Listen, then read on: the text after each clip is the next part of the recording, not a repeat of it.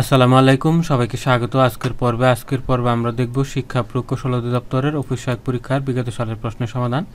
পরীক্ষার তারিখ 26 নভেম্বর 2021। পরীক্ষার সময় ছিল 1 ঘন্টা, পূর্ণমান ছিল 70। তো এই পর্বটি দেখার আমন্ত্রণ রইল। যারা আগের পর্বগুলো দেখেনি দেখে আসতে পারেন, আর যারা চ্যানেলটি সাবস্ক্রাইব করেনি সাবস্ক্রাইব করে রাখতে পারেন।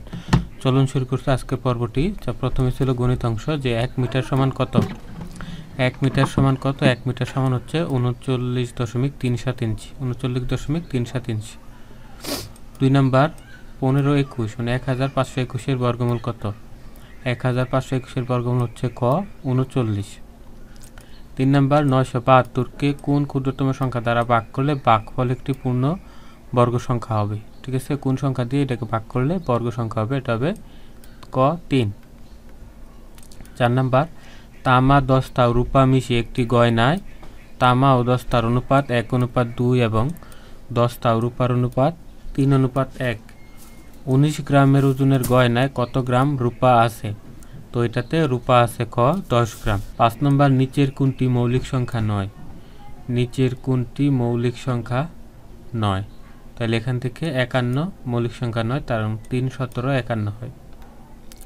6 নাম্বার একজন মাছ বিক্রেতা প্রতি হালি ইলিশ 1600 টাকায় কিনে প্রতি হালি মাছ 350 টাকা বিক্রি করে। প্রতি হালি ইলিশ 1600 টাকা কিনে প্রতিটি মাছ 350 টাকা বিক্রি করলে তার শতকরা কত লাভ বা ক্ষতি হবে? উত্তর হবে গ, তার ক্ষতি হবে 12.12% ক্ষতি হবে। 7 নাম্বার 60 মিটার দীর্ঘ একটি ট্রেনের গতিবেগ ঘন্টায় 48 কিলোমিটার। ট্রেনের পাশে একটি খুঁটি অতিক্রম করতে ট্রেনটির কত সময় লাগবে? রেল লাইনের পাশের একটি খুঁটি অতিক্রম করতে ট্রেনটির কত সময় লাগবে? তো ট্রেনটির সময় লাগবে 7.5 second. 7.5 second. 8 number -36 x cube z cube y কিউবকে -4az y দিয়ে ভাগ করলে ভাগফল কত হবে? ভাগফল হবে 9i square y z square. 9 number p - 1/p = 8 হলে p স্কয়ার প্লাস 1/p স্কয়ারের মান কত? এটার মান হবে 66 খ 66। 10 নাম্বার গসাগু দ্বারা কি বোঝায়? গসাগু দ্বারা কি বোঝায়? গসাগু দ্বারা বোঝায় গরিষ্ঠ সাধারণ গুণনীয়ক। গরিষ্ঠ সাধারণ গুণনীয়ক। 11 3a cube p square c এবং 9a⁴ b d স্কয়ারের লসাগু কত? এটার লসাগু হবে গ 18a⁴ b square c d square. 12 নম্বর ক্রিকেট খেলা নাইম ও আসিফের মোট রান সংখ্যা 58। নাইমের রান আফিফের রান সংখ্যার চেয়ে দ্বিগুণের চেয়ে 5 কম। ওই খেলা আফিফের রান সংখ্যা কত? ওই খেলা আফিফের রান সংখ্যা হবে ক 21। 13 a - 1/a = 5 হলে a কিউব - 1/a কিউবের মান কত? এটার মান হবে 140 ঘ 140। 14 নাম্বার শতকরা বার্ষিক কত মুনাফায় 3000 টাকার 5 বছর মুনাফা হবে 1500 টাকা। তো এটা উত্তর হবে খ 10%। 15 নাম্বার একটি ত্রিভুজের ভূমি উচ্চতা যথাক্রমে 4 সেন্টিমিটার ও 7 সেন্টিমিটার। ত্রিভুজের ক্ষেত্রফল কত?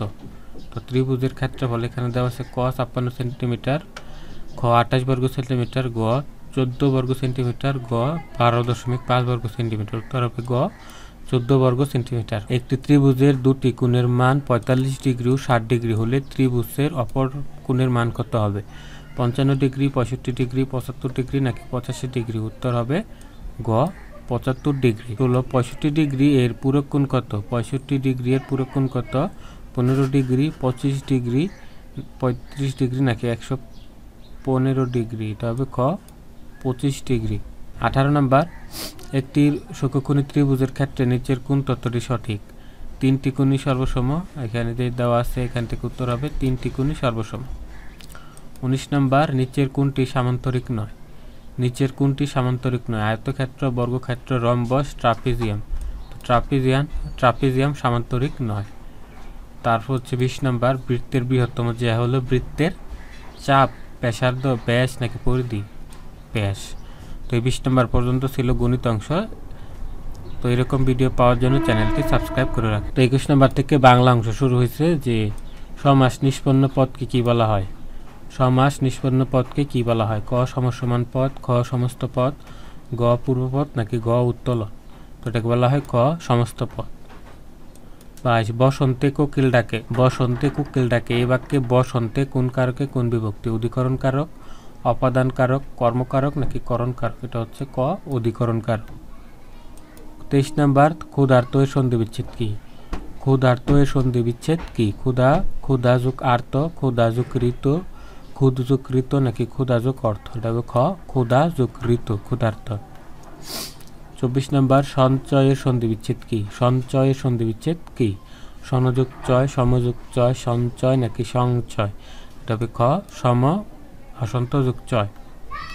25 নাম্বার যে উপকারীর উপকার স্বীকার করে না তাকে কি বলে? কৃতজ্ঞ, অকৃতজ্ঞ, কৃতজ্ঞ নাকি কৃতদার? এটা হবে অকৃতজ্ঞ, খ অকৃতজ্ঞ।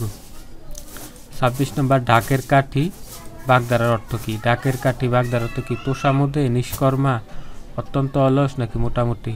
এটা হবে তোষামোদে, খোসামোদে। তারপর হচ্ছে 27 নম্বর তিমির শব্দের বিপরীত শব্দ কি? তিমির শব্দের বিপরীত শব্দ কি? অন্ধকার, আলো, গম্ভীর নাকি মসৃণ? তো তিমির মানে হচ্ছে অন্ধকার, এর বিপরীত হচ্ছে আলো। 28 দেহ শব্দের প্রতিশব্দ কি? দেহ শব্দের প্রতিশব্দ কি? অহ, মর্দ, তনু নাকি বিভব? এটা হবে গ তনু। 29 নম্বর কর্তা শব্দের স্ত্রীলিঙ্গ কি? কর্তা শব্দের স্ত্রীলিঙ্গ কি? কর্তৃ, কর্ত্রী, কর্তানি নাকি কর্তান? এটা হবে খ কর্তৃ। নিচের কোন বানানটি অশুদ্ধ? নিচের কোন বানানটি অশুদ্ধ? কার্য, অতঃপর, লজ্জাকর নাকি উজ্জ্বল? উজ্জ্বল শব্দটি অশুদ্ধ, উজ্জ্বলের নিচে একটাই ভাবে ব হবে। 31 নম্বর চাঁদ, দই, হাতি এগুলো কোন প্রকারের শব্দ? চাঁদ, দই, হাতি এগুলো কোন ধরনের শব্দ? অর্ধ তৎসম, তৎসম, তদ্ভব নাকি বিদেশি? এটা হচ্ছে গ তদ্ভব শব্দ।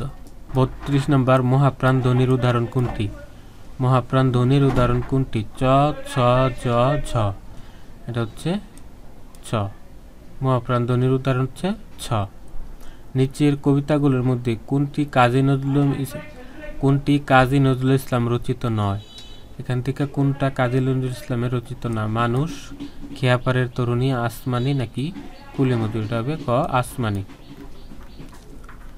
34 নম্বর বিশ্বকবি রবীন্দ্রনাথ ঠাকুরের জন্ম তারিখ কোনটি? 25শে বৈশাখ, 11ই জ্যৈষ্ঠ, 22শে শ্রাবণ, 12ই ভাদ্র। এটা হচ্ছে 25শে বৈশাখ কবিগুরুর জন্মদিন, আর 22শে শ্রাবণ হচ্ছে মৃত্যুদিন। পল্লীকবি জসীমউদ্দীন রচিত কাব্যগ্রন্থ কোনটি? অভিযাত্রিক, সাজের মায়া, বিমুখ প্রান্তর নাকি রাখালি? এখান থেকে হবে রাখালি। 36 নম্বর মুক্তিযুদ্ধ ভিত্তিক গ্রন্থ হাঙর নদী গ্রেনেড কে লিখেছেন? হাঙর নদী গ্রেনেড সেলিনা হোসেন, শওকত উসমান, হুমায়ুন আহমেদ নাকি জাহানারা ইমাম? এটা লিখেছেন সেলিনা হোসেন। 37 নম্বর বাংলাদেশ স্বপ্ন দেখে কাব্যটির রচয়িতা কে? কাব্যটির রচয়িতা কে? সৈয়দ শামসুল হক, হাসান হাফিজুর রহমান, শামসুর রহমান নাকি নির্মলেন্দু দ্বিগুণ? তো বাংলাদেশ স্বপ্ন দেখে এটা লিখেছেন শামসুর রহমান। 38 বাংলা ভাষা আন্দোলন ভিত্তিক নাটক কবরের রচয়িতা কি? সেলিম আল দীন, জহির রায়হান, মুনির চৌধুরী নাকি শহীদুল্লাহ কায়সার? তো কবরের এই নাটকের হচ্ছে মুনির চৌধুরী, গ মুনির চৌধুরী। 40 নম্বর শিশুতোষ গ্রন্থ ইতল বিতল কে লিখেছেন? শিশুতোষ গ্রন্থ ইতল বিতল কে লিখেছেন? রাবিয়া খাতুন, নীলিমা ইব্রাহিম, সুকুমার রায় নাকি সুফিয়া কামাল? তো লিখেছেন গ সুকুমার রায়। আর 40 নম্বর সাহিত্য সম্রাট বলা হয় কাকে? রবীন্দ্রনাথ ঠাকুর, বঙ্কিমচন্দ্র চট্টোপাধ্যায়, ঈশ্বরচন্দ্র বিদ্যাসাগর নাকি শরৎচন্দ্র চট্টোপাধ্যায়? তো এটা হবে খ বঙ্কিমচন্দ্র চট্টোপাধ্যায়। তো এতটুকু ছিল আমাদের বাংলা অংশ 40 পর্যন্ত। তো ভিডিওটি বেশি বড় হয়ে যাচ্ছে, আমরা আর আগে পারছি না, এখানে ভিডিওটি শেষ করছি। আমাদের পরবর্তী পর্বে 51 থেকে 70 পর্যন্ত সাধারণ জ্ঞান এবং ইংরেজি অংশ দেখবেন। সেই ভিডিও দেখার আমন্ত্রণ রইল। আজকের মতো বিদায় নিচ্ছি, ভালো থাকবেন সবাই, আল্লাহ হাফেজ।